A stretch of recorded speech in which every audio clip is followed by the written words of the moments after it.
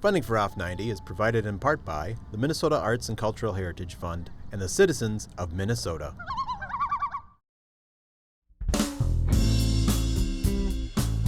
Cruising your way on this episode of Off 90.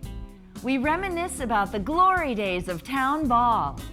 We meet a young piano virtuoso from Rochester. We learn about the history of Minnesota state hospitals. And we travel to Viola to take in one of the oldest town festivals in Minnesota. It's all just ahead, Off 90.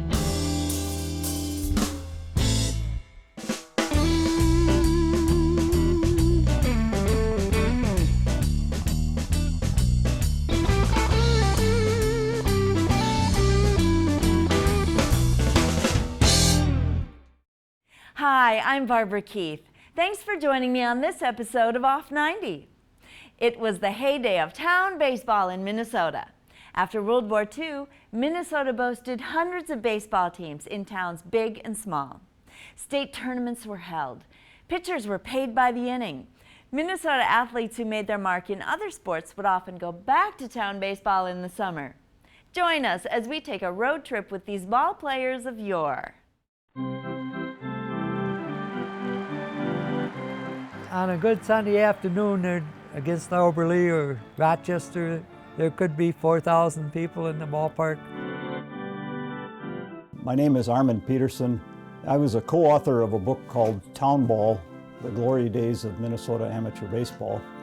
In 1940, basically on the eve of the war, there were 452 teams in the state. By 1950, we had 800 teams in the state. During the war, people made more money than there were goods to buy. You couldn't buy a toaster, you couldn't buy a car. So there was pent-up money and pent-up demand for social activities. Almost throughout the state, people were improving roads and spending things on civic improvements, and a lot of those improvements were fixing up the ball field or building a new one, installing lights. In the 1930s, baseball out in the rural areas was day baseball. Hormel and Wilson were instrumental in providing jobs for players in Albert Lea and Austin. Marcuson Park in Austin was built like a lot of newer parks in that era, was built on a floodplain. And one reason is that the land was cheap. It was not good for agriculture or anything else. Marcuson Park was a big draw for people. They had locker rooms in it. It had really decent amenities for an amateur or semi-pro team. In 1950, they averaged almost 2,700 fans per game. And I don't know what this grandstand holds, but there was supplementary bleachers down both sides down to the outfield grass. At the Polo Grounds on this Series Day -1, the Giants previewed this starting lineup with which they hope to win their first World Championship since 1933. Professional baseball was widely publicized through, beginning in the 20s into the 30s. Babe Ruth, the Yankees, the World Series were big. They were front page news. In the 1950s, we never really got to see professional baseball players. The major leaguers, if we were lucky enough to have television, we might have seen the game of the day. But in the rural areas, that was a snowy reception. You didn't really get to see them. So the ball players we knew were our town team ball players, and they were our heroes. Emil Scheid was the fabled longtime manager of the Austin Packers. He was the guy that the opponents loved to hate because he was a bigger-than-life character. He liked to get on the umpires once in a while. He was a real competitor, but he didn't yell at the players. They were men, and it was more management than coaching and screaming. I had a great time as bat boy with my dad. He coached third base, had mannerisms that a lot of people thought reminded them of Casey Stengel, the famous manager of the New York Yankees. He had a plumbing business, and he worked directly for Hormel's, and he had a source for employing new ball players at Hormel's, And the ones that he couldn't get a job in Hormel's or didn't want to work at Hormel's, he made plumbers out of them. What the teams were made out of were guys that were high school players that were good, outstanding, and then the recruits from college, maybe a couple. Pretty soon it got to being that if you wanted to compete, you had to start going out and looking for professional players as well. There are a lot of famous Minnesotans who played sports other than baseball, whom you will find have played town team baseball. Herb Brooks, of course, is known as a hockey player and the coach of the famous 1980 Olympic champion hockey team. He was also a very good baseball player. He played town team ball in the Twin Cities. A lot of the Minneapolis Laker basketball players played town ball. And the reason was that they didn't get paid much.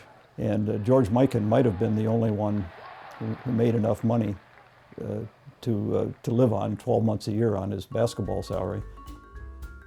Back in Austin, Bill Skowron was recruited. He was a sophomore at Purdue in 1950. He played halfback on the football team, and he got recruited to come to play at Austin. And towards the end of the year, the Yankees were chasing him. I was with the Yankees 9 years. We won 7 pennants. Wow. Moose came to play baseball, and he also went to work for Scheid Plumbing and Heating. That summer, he did so well in Austin that he signed his contract on my dad's living room table in July or August for a big bonus at the time, $30,000, I think it was. I've got his baseball card here. He hit 300 for the Yankees for 5 or 6 years in a row. Bud Grant was perhaps one of the more versatile athletes in University of Minnesota history, and of course was drafted by the Philadelphia Eagles. He played a couple of years for the Minneapolis Lakers as well, but he always went back to baseball in the summer. The decline of town ball can be attributed to several conditions. One is the economy slowed down. The farmers didn't have as much money to spend, and the teams were spending too much money, and most of them had to pass the hat to ask for donations to keep the team solvent. And then television started, and people had something else to do now on Tuesday night. And people had more entertainment options. You noticed people were buying boats to go cruising on lakes or going fishing. Golf got to be a bigger game that had previously been only for fairly wealthy people. Now, a working man could play golf. Pinch hitter John Mize outpulls brother infielders Phil Rizzuto and Jerry Coleman. Baseball was the national sport. When they said it was a national pastime, it really was. People enjoyed getting together to watch their local boys play, even if the local boys were hired from outside. We didn't have television, and most people didn't have air conditioning. Going to a night game was a way to cool off, and plus it was a nice social occasion. You got to meet your neighbors. Historians now have said that baseball became a way for immigrants to become Americanized. The banker and the plumber and the grain elevator laborer, and the car mechanics all sat in the bleachers together. Bud Grant says he has a lot of fond memories of town team baseball. He wrote, "Town ball was a big playground in the 1940s and 1950s. I made more money playing baseball for town teams than I did playing basketball for the Lakers, and we won an NBA title. It was an amazing era, one that we will never experience again."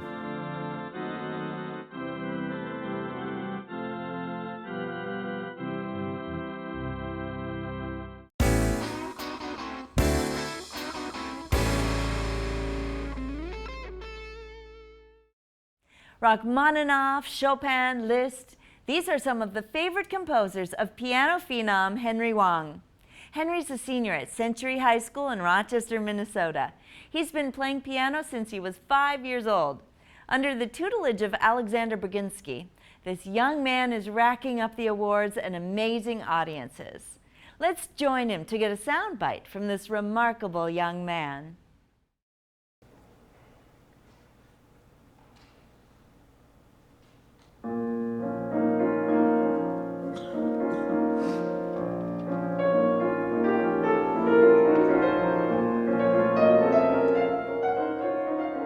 earliest exploits into piano were when I was 5 years old. My mom signed me up for piano lessons.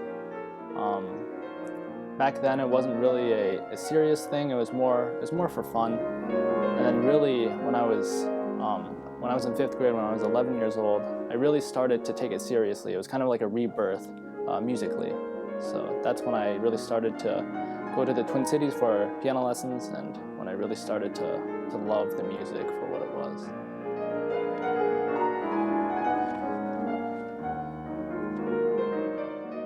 My name is Henry Wong. I'm a senior at Century High School, and I play the piano.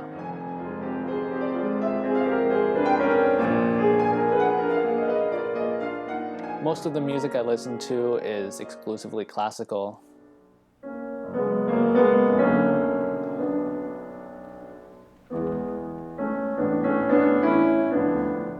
I really like the romantic style of the 1800s, Chopin, Liszt, Schumann.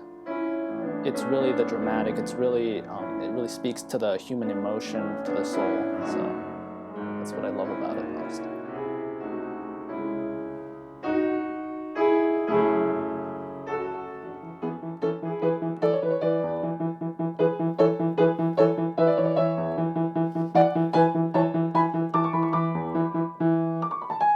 I love really about music, and especially with piano and how it's really, how it can mimic anything. It really allows me to enter a whole new world, a completely different dimension, where I can basically do anything. The Fourth Rock Monologue, that one's just, when I think of that, I think of like just a storm. It's just all the waves. You're out in the middle of the ocean, and it's really just a storm, and you're in a boat, and like it's just all hell breaks loose.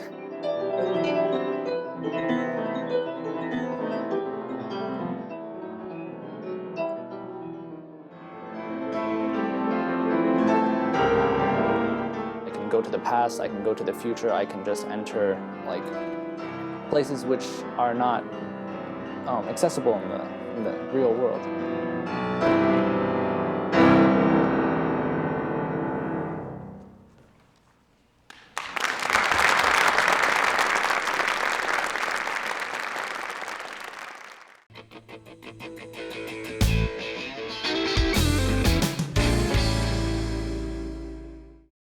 While Michael Ressman was a physical therapist employed at the State Hospital in Rochester, he became interested in the history of treatment of the mentally ill and disabled. Eventually, he wrote 2 books on the subject. We talked with Michael about the Minnesota State Hospitals and their well-intentioned but sad history.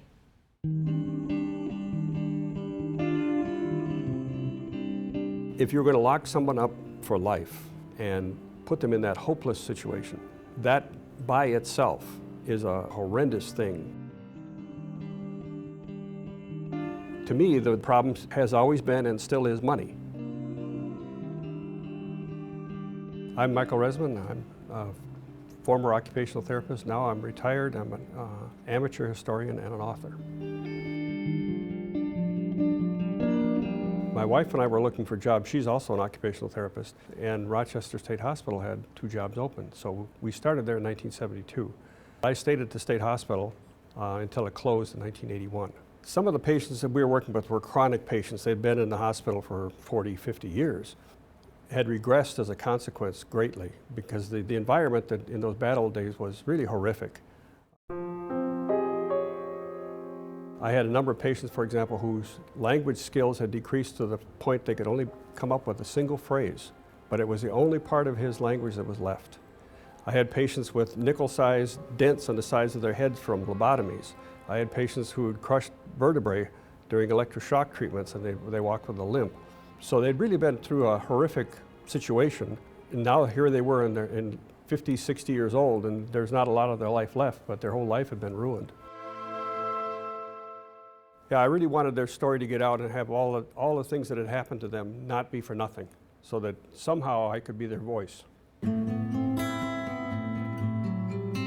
So I ended up writing 2 books. First is the novel, The Mailman of Elmwood, and actually incorporates some story, the lives of some of my patients. And then the nonfiction book is Asylums, Treatment Centers, and Genetic Jails, which is as comprehensive as I could make it of a history of the Minnesota State Hospitals. There were 3 major periods in the Minnesota State Hospital history: the good old days, the bad old days, and the modern era. The early days, in the 1800s primarily, where the state hospital was being run largely by people off the street who were trained on the job, but they discharged over 90% of the patients in those old days with very little treatment available. But still, what they were doing was effective enough to allow them to discharge patients. Around 1900 came this theory of eugenics, which was the scientific application of genetics to humans.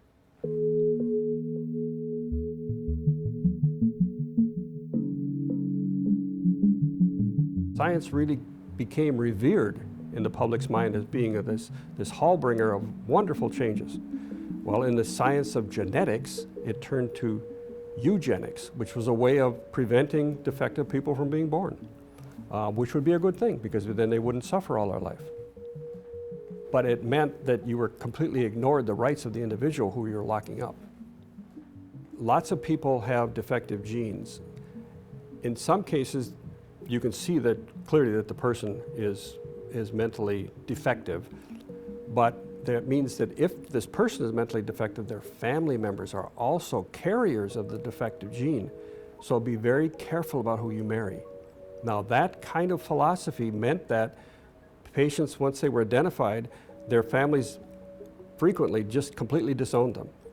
Never visited, and I even heard stories in some cases that the newspapers would run an obituary when the person was committed. It's as if the person had died. I mean, they're not coming back. There was also an effort, of course, to hold costs down, and it was thought to be therapeutic to have the patients work. So they would work for no pay. And from the patient's perspective, they were happy to do that because the alternative was to sit on the ward for 40 hours or 80 hours a week in the day room on a bench and not do anything. So rather than do that, they went out and worked. And every state hospital actually was like a miniature community. They had dairy, they had raised animals, they raised crops, they processed those in canning and slaughtering. They had blacksmith shops, and they made most of their own clothes, their own mattresses. So they were largely as self-sustaining as they could be, which meant they were as inexpensive to operate as they could. The staff ratios ran as high as 1 to 60. So if you were in that day room and you didn't just sit quietly for that 8 or 12 or 16 hours, you became a problem patient. And you first would be restrained in muffs where your hands were tied. Then if that didn't work, they'd put you in a straitjacket where your hands are laced up and tied behind you. And if that didn't work, they'd tie the straitjacket to a bench or a bed. And some patients were in restraint for 20 years. Patients didn't always have enough bedding. Patients who stayed on the ward oftentimes didn't have shoes, just would be in stocking feet. So there were things that money could have assisted, but the basic premise of eugenics was the single biggest problem.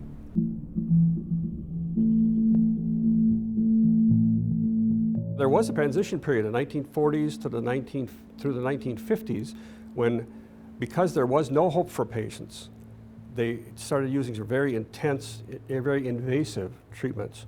That's when we got the insulin shock, where they give somebody insulin and put them into a shock for 20 minutes. They did the electroconvulsive therapy, which at that time, they put electricity on the sides of the head, and the person would have a full-blown seizure, which resulted in broken limbs and crushed vertebrae and very often chronically painful necks, and lobotomies. And the goal of all of these treatments was to have patients be calm, be under control, so that the staff could control them. They weren't expecting or really hoping for anything other than that.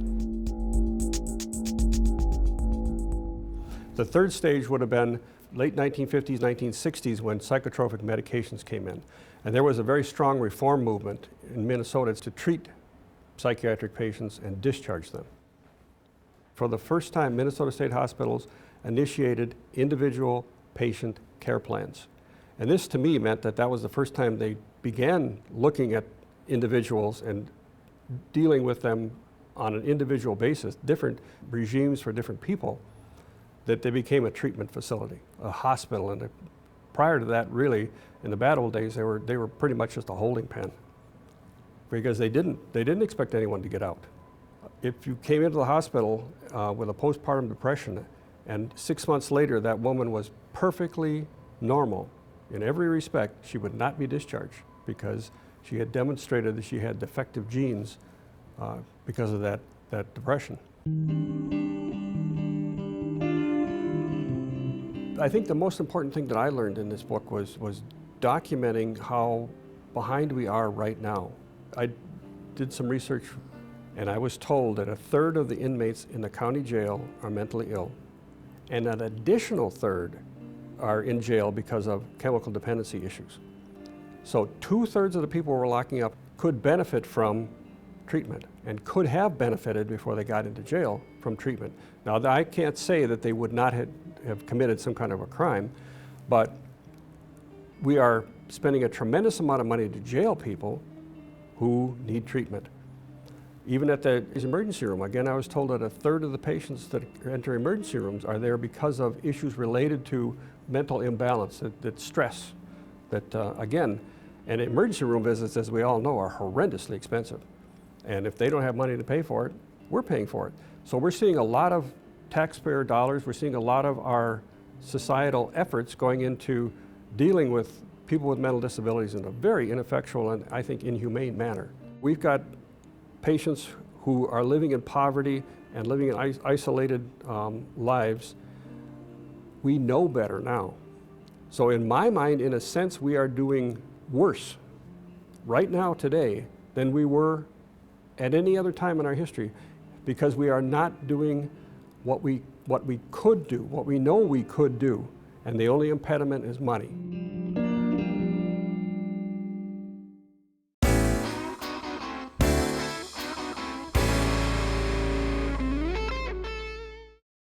The Gopher Count is an annual community festival held in Viola, Minnesota. Since 1874, the event has been held on the 3rd Thursday in June. The event is actually 1 year older than the Kentucky Derby. Named after the practice of collecting a bounty on gophers, the festival has grown over the past century to include many family-friendly activities. We took a trip down to Viola to see the Gopher Count.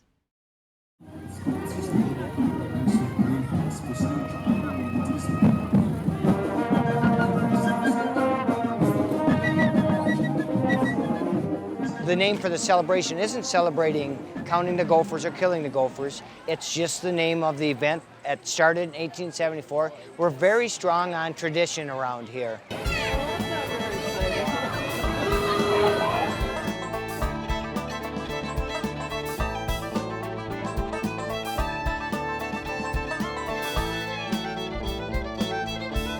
Many people, they know if they come to Gopher Count each year, that's one place where they get to see friends that they never see, friends and relatives.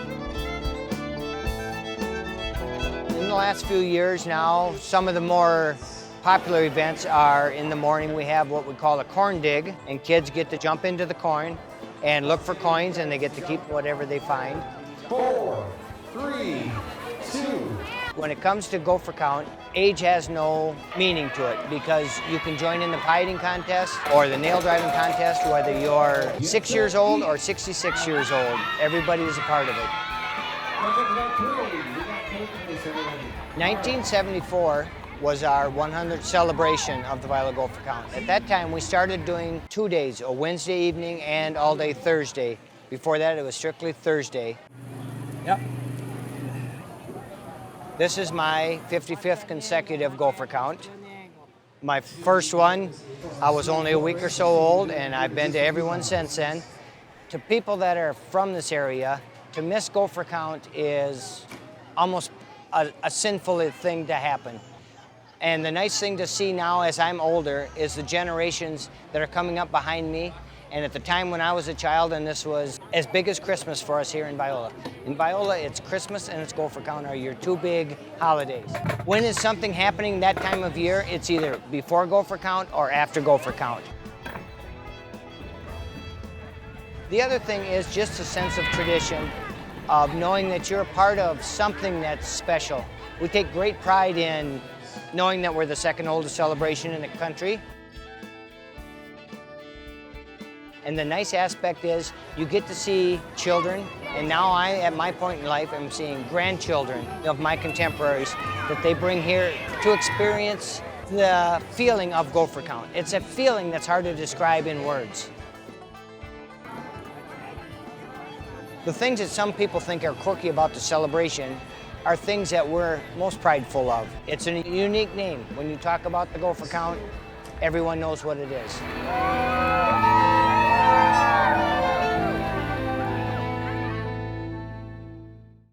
That's all for this episode. If you enjoy programs like Off 90, show your support by becoming a member of KSMQ Public Television. Keep local programming vibrant in southern Minnesota. Give us a call at 507-481-2095 or 1-800-658-2539 or sign up online at ksmq.org. Thanks for watching. Join us next time, Off 90.